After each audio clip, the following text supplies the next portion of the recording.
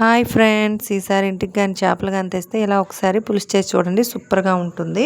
చేప ముక్కల్లో కొంచెం ఉప్పు, నిమ్మరసం వేసి కలిపి ఒక 5 మినిట్స్ తర్వాత చక్కగా వాటర్ వేసి వాష్ చేసుకోవాలి. తర్వాత దాంట్లో కొంచెం పసుపు, 2 స్పూన్స్ కారం వేసుకోవాలి.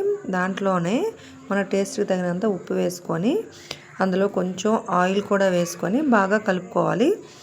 కలిపిన తర్వాత దాన్ని పక్కన పెట్టుకొని తర్వాత ఒక కడాయి తీసుకొని దాంట్లో కొంచెం మెంతులు వేసి కొంచెం వేగిన తర్వాత దాంట్లోనే కొంచెం జీలకర్ర వేసుకోవాలి. జీలకర్ర కూడా వేసి కొంచెం వేగిన తర్వాత దాంట్లో 2 టేబుల్ స్పూన్ ధనియాలు వేసుకొని దాంట్లోనే కొంచెం ఆవాలు కూడా వేసుకోవాలి. దాంట్లో ఓల్ గరం మసాలా ఉంటుంది కదా, లవంగ, చెక్క, ఇలాచి అవి వేసుకొని కొంచెం వేపుకోవాలి. వేగిన తర్వాత దాన్ని మిక్సీ జార్లో వేసుకొని పౌడర్లా చేసుకోవాలి, మెత్తని ఫైన్ పౌడర్ చేసుకోవాలి. దాంట్లోనే వెల్లుల్లి రెబ్బలు, కొంచెం అల్లం వేసి కొంచెం వాటర్ పోసి మెత్తని పేస్ట్లా చేసుకోవాలి. ఆ పేస్ట్ని ఒక బౌల్లో వేసుకోవాలన్నమాట. బౌల్లో వేసుకొని ఆ మిక్సీ జార్లోనే ఒక చిన్న 2 ఆనియన్స్ కట్ చేసి ఆనియన్స్ ముక్కలు వేసుకోవాలి. 2 టమాటోస్ కూడా వేసుకొని మెత్తని పేస్ట్లా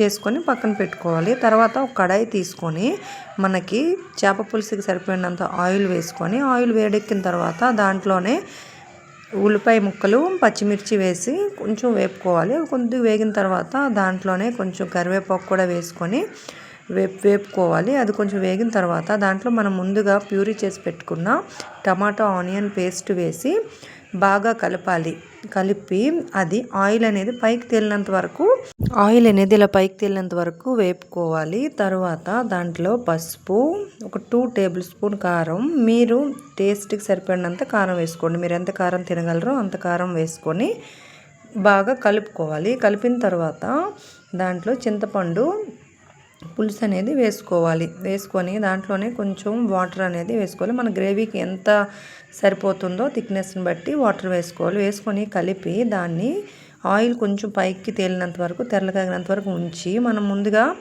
కారం, ఉప్పు పట్టించిన చేప ముక్కల్ని దాంట్లో వేసుకోవాలి. వేసి ఎక్కువ కదపకుండా కొంచెం లైట్గా అలా కలుపుకొని మూత పెట్టుకొని ఒక 10 మినిట్స్ అనేది కుక్ చేసుకోవాలి. అది 10 మినిట్స్ ఉడికిన తర్వాత కొంచెం కలుపుకొని ఇప్పుడు మనం ముందుగా పేస్ట్ చేసుకున్నాం కదా, ఆ మసాలా పేస్ట్ని మన చేప పులుసు అనేది కొంచెం వేసుకొని కలిపి ఆ చేపల్లో వేసుకోవాలి. ఇలా వేయడం వల్ల ఏంటంటే ఆ చేప ముక్కలన్నింటికి మసాలా అనేది చక్కగా పడుతుందన్నమాట. తర్వాత మళ్ళీ మూత పెట్టి ఒక 5 మినిట్స్ అనేది ఉడికించుకోవాలి. ఉడికిన తర్వాత మూత తీసి ఇంకొకసారి బాగా కలుపుకొని దాంట్లో కొంచెం కొత్తిమీర వేసుకొని కలిపి లైట్గా కలుపుకోవాలి. ఒక 2 మినిట్స్ కానీ మూత పెట్టుకుంటే ఎంతో టేస్టీ అయిన ఫిష్ కర్రీ రెడీ అయిపోతుంది. దీన్ని వేడివేడి రైస్లో కానీ సర్వ్ చేసుకుంటే సూపర్గా ఉంటుంది ఫ్రెండ్స్. మీరు కూడా ట్రై చేసి ఎలా వచ్చిందో కామెంట్ చేసేయండి. నా వీడియో కనుక నచ్చితే ప్లీజ్ లైక్ చేసి సబ్స్క్రైబ్ చేసుకోండి.